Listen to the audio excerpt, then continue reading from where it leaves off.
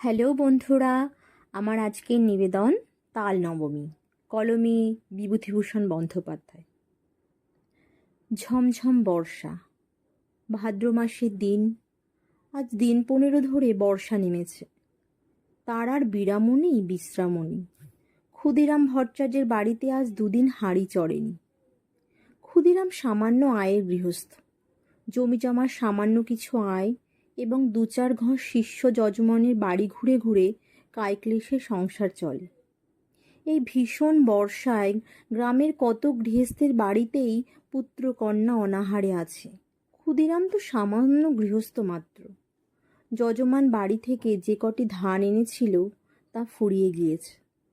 ভাদ্রের শেষে আউশ ধান চাষিদের ঘরে উঠলে তবে আবার কিছু ধান ঘরে আসবে। ছেলেপুলেরা দুবেলা পেট পুড়ে খেতে পাবে। নেপাল ও গোপাল ক্ষুদিরামের 2 ছেলে। নেপালের বয়স 12, গোপালের 10। কদিন থেকে পেট ভরে না খেতে পেয়ে ওরা 2 ভাইয়ের সংসারের ওপর বিরক্ত হয়ে উঠেছে। নেপাল বললে, এই গোপালা, খিদে পেয়েছে না তোর? গোপাল ছিপ চাচতে চাচতে বলল, হুঁ দাদা। মাকে গিয়ে বল, আমারও পেট চুই চুই করছে। মা বকে, তুমি যাও দাদা।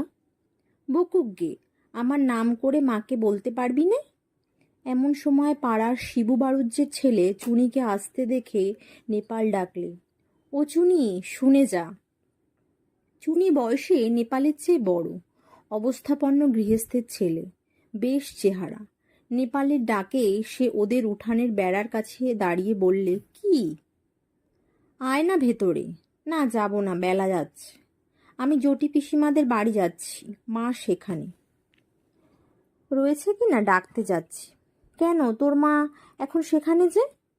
ওদের ডাল ভাঙতে গিয়েছে। তাল নবমীর বেট তো আসছে এই মঙ্গলবার। ওদের বাড়ির লোকজন খাবে। সত্যি? তা জানিস না বুঝি? আমাদের বাড়ির সবাইকে নিমন্ত্রণ করবে, গায়েও বলবে। আমাদেরও করবে? সবাইকে যখন নিমন্ত্রণ করবে, তোদের কি বাদ দেবে? চুনি চলে গেলে নেপাল ছোট ভাইকে বললে, আজ কি বার রে? তা তুই কি জানিস? আজ শুক্রবার বোধহয়, মঙ্গলবারে নেমন্তন্ন। গোপাল বললে, কি মজা না দাদা? চুপ করে থাক, তোর বুদ্ধি শুদ্ধি নেই। তাল নবমীর বেট তো ওই তালের বড়া করে, তুই জানিস? গোপাল সেটা জানতো না, কিন্তু দাদার মুখে শুনে খুব খুশি হয়ে উঠল। সত্যি তা যদি হয় তবে সে সুখাদ্য খাবার সম্ভাবনা বহু দূরবর্তী নয়, ঘনিয়ে এসেছে কাছে। আজ কি বার সে জানে না। সামনের মঙ্গলবারে নিশ্চয়ই তার আর বেশি দেরি নেই। দাদার সঙ্গে বাড়ি যাবার পথে পরে জুটি পিসিমার বাড়ি। নেপাল বললে, তুই দাঁড়া, ওদের বাড়ি ঢুকে দেখে আসি। ওদের বাড়ি তালের দরকার হবে, যদি তাল কেনে। এই গ্রামের মধ্যে তালের গাছ নেই। মাঠে প্রকাণ্ড তাল দিঘি। নেপাল সেখান থেকে তাল কুড়িয়ে এনে গায়ে বিক্রি করে। জটি পিসিমা সামনেই দাঁড়িয়ে। তিনি গ্রামের নটবর মুখুজ্জের স্ত্রী। ভালো নাম হরিমতি। গ্রাম শুদ্ধ ছেলে মেয়ে তাকে ডাকে জটি পিসিমা। পিসিমা বললেন, কি রে, তাল নেবে পিসিমা? হ্যাঁ, নেব বই কি। আমাদের তো তালের দরকার হবে মঙ্গলবার। ঠিক এই সময় দাদার পিছু পিছু গোপালও এসে দাঁড়িয়েছে। জটি পিসিমা বললেন, পেছনে কে রে? গোপাল? তা সন্ধ্যাবেলা 2 ভাই গিয়েছিলি কোথায়? নেপাল সলজ্জ মুখে বললে, মাছ ধরতে। পেলি? ওই 2টো পুঁটি আর একটা ছোট বেলে। তাহলে যাই পিসিমা? আচ্ছা, এসো গে বাবা, সন্ধ্যা হয়ে গেল। অন্ধকারে চলাফেরা করা ভালো নয় বর্ষাকালে। জটি পিসিমা তাল সম্বন্ধে আর কোনো আগ্রহ দেখালেন না, বা তাল নবমীর ব্রত উপলক্ষে তাদের নিমন্ত্রণ করার উল্লেখও করলেন না।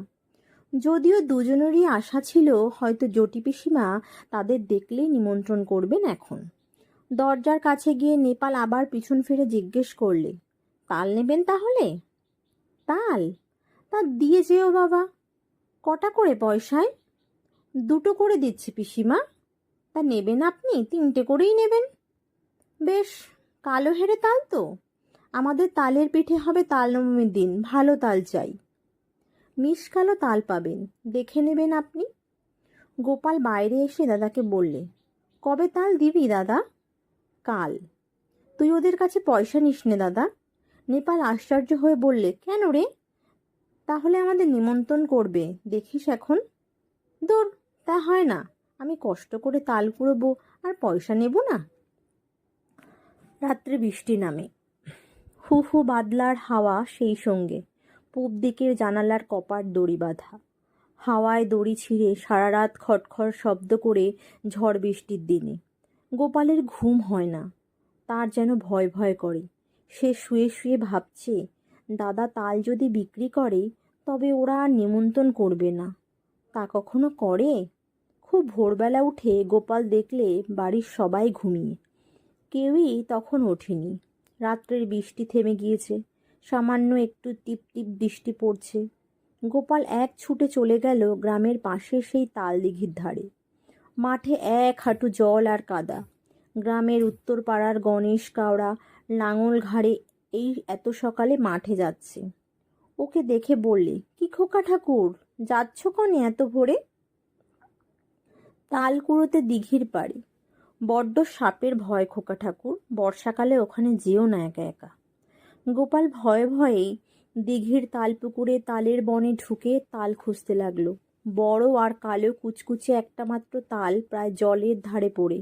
সেটা কুড়িয়ে নিয়ে ফিরে আসবার পথে আরও গোটা তিনেক ছোট তাল পাওয়া গেল। ছেলে মানুষ, এত তাল বয়ে আনার সাধ্য নেই। দুটি মাত্র তাল নিয়ে সোজা একেবারে জটি পিসিমার বাড়ি হাজির। জটি পিসিমা সবেমাত্র সদর দোর খুলে দোরগোড়ায় জলের ধারা দিচ্ছেন। ওকে এত সকালে দেখে অবাক হয়ে বললেন, কিরে খোকা? গোপাল একগাল হেসে বললেন, তোমার জন্য তাল এনেছি পিসিমা। জটি পিসিমা আর কিছু না বলে তাল দুটো হাতে করে নিয়ে বাড়ির ভেতর চলে গেলেন। গোপাল একবার ভাবলে তাল নবমী কবে জিজ্ঞাসা করে, কিন্তু সাহসে কুলোয় না তার। সারাদিন গোপালের মন খেলাধুলোর ফাঁকে কেবলই অন্যমনস্ক হয়ে পড়ে। ঘন বর্ষার দুপুরে মুখ উঁচু করে দেখে নারকেল গাছের মাথা থেকে পাতা বেয়ে জল ঝরে পড়ছে। বাঁশঝাড় নুয়ে নুয়ে পড়ছে বাদলার হাওয়ায়। বকুলতলার ডোবায় কটকটে ব্যাঙের দল থেকে থেকে ডাকছে। গোপাল জিজ্ঞেস করলে, ব্যাঙগুলো আজকাল তেমন ডাকে না কেন মা? গোপালের মা বলেন, নতুন জলে ডাকে, এখন পুরনো জলে তত আমোদ নেই ওদের। আজ কি বার মা? সোমবার। কেন রে, বারের খোঁজে তোর কি দরকার? মঙ্গলবারে তাল নবমী না মা? তা হবে হয়তো, কি জানি বাপু। নিজের হাঁড়িতে চাল জোটে না, তাল নবমীর খোঁজে কি দরকার আমার? সারাদিন কেটে গেল। নেপাল বিকেলের দিকে জিজ্ঞেস করলে, জটি পিসিমার বাড়িতে তাল দিয়েছিলি আজ সকালে? কোথায় পেলি তুই? আমি তাল দিতে গেলে পিসিমা বলেন গোপাল তাল দিয়ে গেছে, পয়সা নেয়নি। কেন দিতে গেলি তুই? একটা পয়সা হলে দুজনে মুড়ি কিনে খেতাম। ওরা নিমন্ত্রণ করবে, দেখিস দাদা, কাল তো তাল নবমী। সে এমনিই নিমন্ত্রণ করবে, পয়সা নিলেও করবে। তুই একটা বোকা। আচ্ছা দাদা, কাল তো মঙ্গলবার না? হু। রাত্রে উত্তেজনায় গোপালের ঘুম হয় না। বাড়ির পাশের বড় বকুল গাছটায় জোনাকির ঝাঁক জ্বলছে। জানলা দিয়ে সেদিকে চেয়ে চেয়ে সে ভাবে, কাল সকালটা হলে হয়, কতক্ষণে যে রাত পোহাবে। জটি পিসিমা আদর করে ওকে বললেন খাওয়ানোর সময়, খোকা, কাকুরের ডালনা আর নিবি? মুগের ডাল বেশি করে মেখে নে।